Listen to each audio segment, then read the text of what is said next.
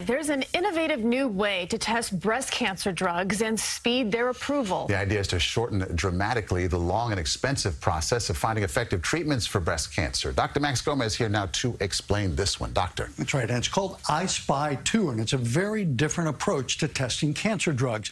The goal is to improve outcomes for early-stage, high-risk breast cancers by trying drugs before women have breast cancer surgery.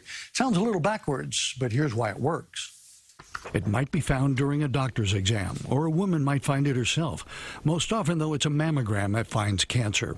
For Vidya Balakrishna, the news was what she feared. I was diagnosed with triple-negative, a highly aggressive triple-negative breast cancer, 5.5-centimeter tumor. Patients like Vidya are at high risk for their cancer to metastasize or spread, so they normally go right to surgery, followed by numerous rounds of chemotherapy. The trouble with that approach is it can take years to tell if a new drug is helping prevent a return or spread of the cancer because the original tumor is gone.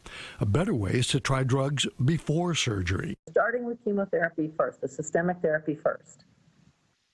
And by doing so, we can get that early marker, that response, by the time you go to the operating room. That's the core of the I-SPY 2 protocol that was described at a news conference in Washington today. Doctors can tell if drugs are working by using a very precise MRI technique to measure whether the tumor shrinks. If it doesn't, they know that particular tumor isn't sensitive to that drug or drug combo. So under the I-SPY protocol, different drugs are tried to find one or more that are effective. We want to find the right drug for the right person at the right time. Not only will I-SPY find drugs that work more quickly, it will also quickly weed out drugs that don't work so that other promising drugs can be tested. And by matching drugs against tumors based on the cancer's biochemical and genetic profile, women will also be spared drugs that don't work. Reducing toxicity is just as important as improving efficacy. Now, the I-SPY 2 trial is finding that immunotherapy is becoming the backbone of breast cancer therapy. The goal here is also to find and start effective treatments at earlier stages, thus preventing metastatic breast cancer, which for now is uncurable.